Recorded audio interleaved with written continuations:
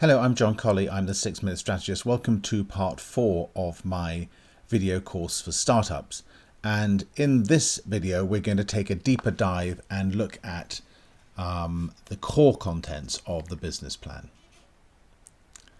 Now, I want you to remember through this that the core objective of this is to make sure that you are in command of all the facts and that you can answer all the questions that the investors are likely to want to put to you.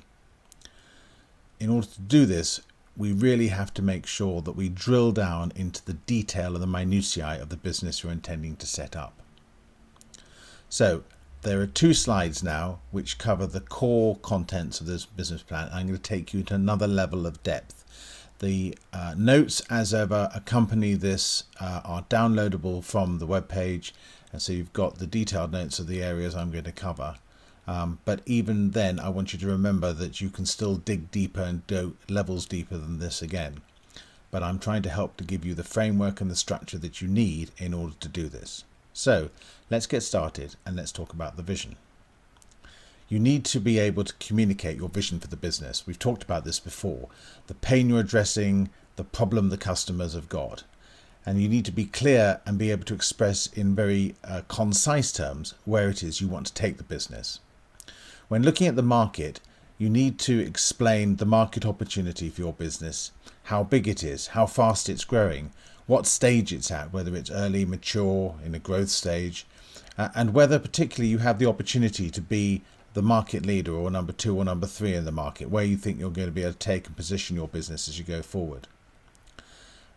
You need to be able to explain your solution, product or service or whatever it is, and how it addresses your customer's pain, and then particularly, and we'll come on to this more than once, how you differentiate that from the competition.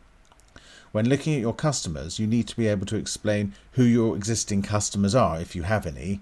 If you don't, then who your target customers are. Have a clear idea and be able to identify and explain your ideal customer.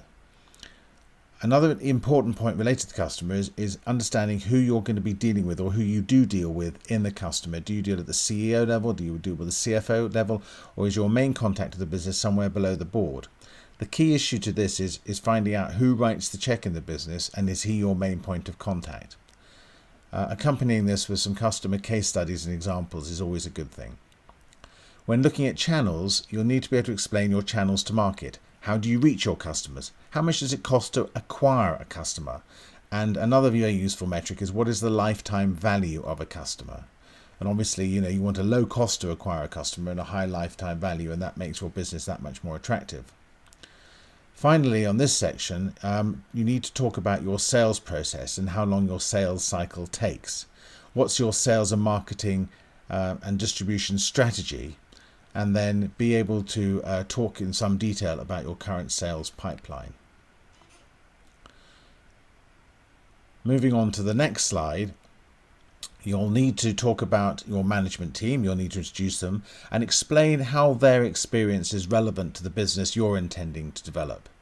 It's helpful to be able to illustrate examples of where they've been funded before and where they've been successful. Investors like this a great deal. If you've got any gaps in your management team, then you should be able to explain where those gaps are and how you intend to fill them. When looking at your business model, it's very simple. How are you going to make money?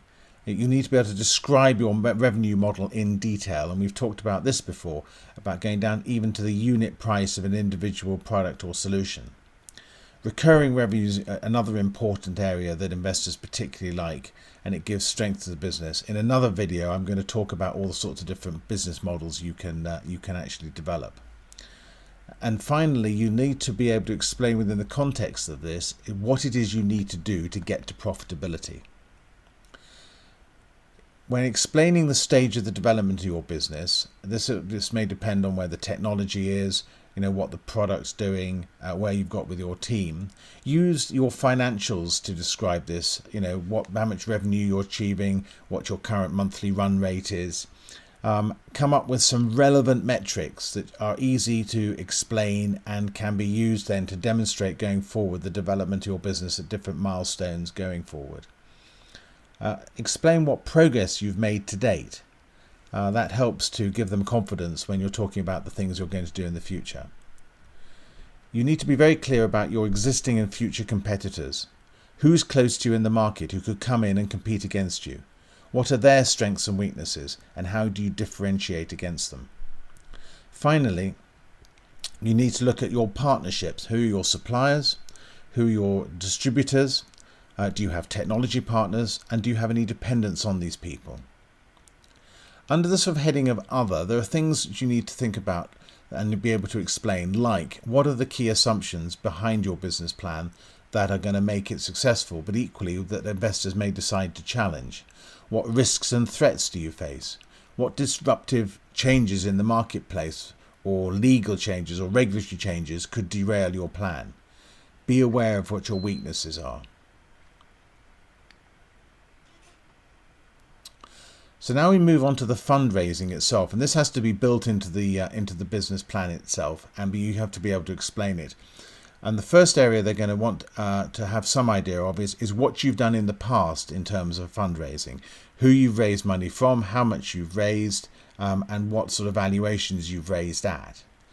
This is relevant to the current fundraise in terms of explaining, are any of your existing investors following their money?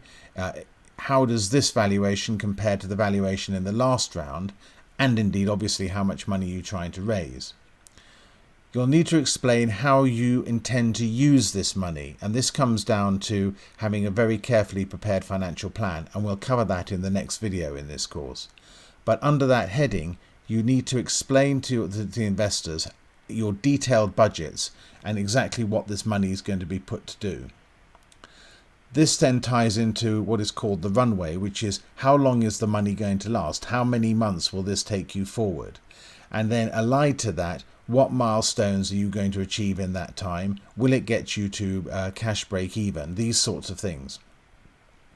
They'll want to know how far developed your business is going to be when this funding runs out, and whether you're obviously going to need an additional funding round, or maybe even two.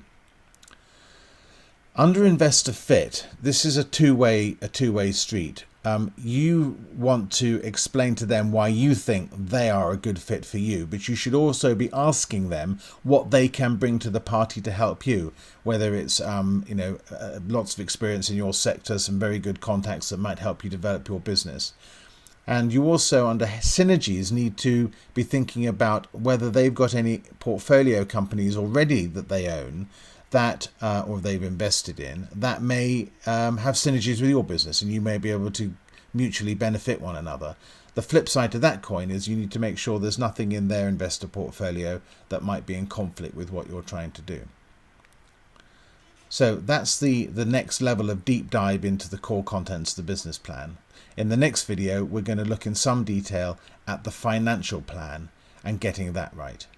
So thank you for joining me in this part of the course, and I look forward to seeing you in the next video.